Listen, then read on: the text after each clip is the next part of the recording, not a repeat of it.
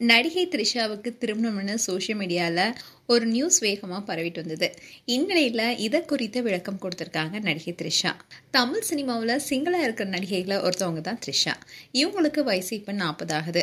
இந்நிலையில் இன்னும் திருமணம் செய்யாமையே இருக்காங்க. த்ரிஷா 2015 வருண் மணியன் என்ற தொழிலதிபரை திருமணம் செய்து கொள்ள இருந்தாங்க. ஆனால் இவங்களுடைய திருமணம் நிச்சயதார்த்தம் வரைக்கும் மட்டுமே போனுச்சு. 2 பேருமே திருமணம் செய்து கொள்ளல. இதை தொடர்ந்து வருண் மணியனோ வேறொரு பெண்ணை திருமணம் செஞ்சுக்கிட்டாரு. அதிலிருந்தே ஒவ்வொரு வருடமே த்ரிஷாவுக்கு திருமணம் என்று அடிக்கடி இணையத்துல ஒரு செய்தி வரும்.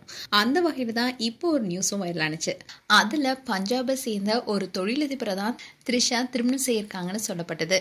இந்நிலையில தான் அதிரடியா த்ரிஷா அவங்களுடைய இன்ஸ்டாகிராம் பேஜ்ல ஒரு ஸ்டோரி ஷேர் பண்ணியிருக்காங்க. அதுல அவங்க என்ன சொல்லியிருக்காங்கன்னா, பிறர் எனக்காக என்னுடைய வாழ்க்கையை திட்டமிடுவது எனக்கு ரொம்பவே பிடிச்சிருக்கு.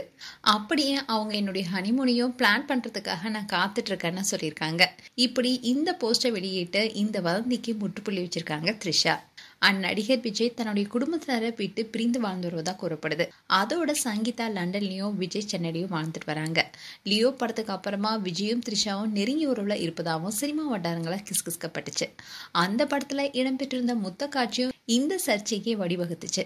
ஆனா இந்த தகவல் எந்த அளவுக்கு உண்மைன்னு தெரியல. கடந்த 2 வருஷங்களாவே த்ரிஷா விஜயுடன் எடுத்துக்கிட்ட போட்டோஸை ஷேர் பண்ணி பிறந்தநாள் வாழ்த்துக்களையும் தெரிவிச்சாங்க. அந்த போட்டோஸ்க்கு எல்லாம் த்ரிஷா கொடுக்குற கேப்ஷனும் ரசிகர்களுக்கு சந்தேகத்தை ஏற்படுத்தினுச்சு. இப்படி இருந்தாலும் 2 பேரும் இது குறித்து வாய் திறக்காமையே இருக்காங்க.